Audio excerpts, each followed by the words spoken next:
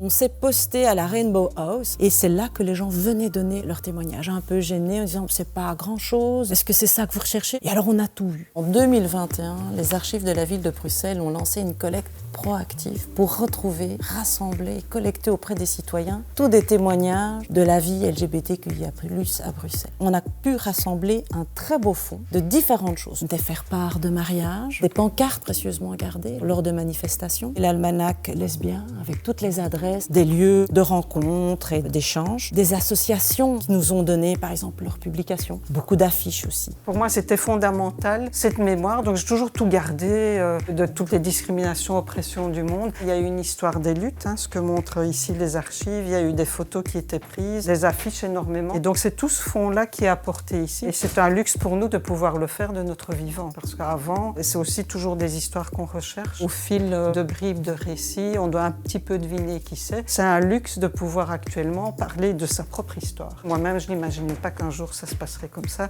et que ce serait la ville de Bruxelles qui choisirait ce fonds. À ma connaissance, c'est vraiment le premier fonds mondial qui part d'une autorité. C'est exceptionnel.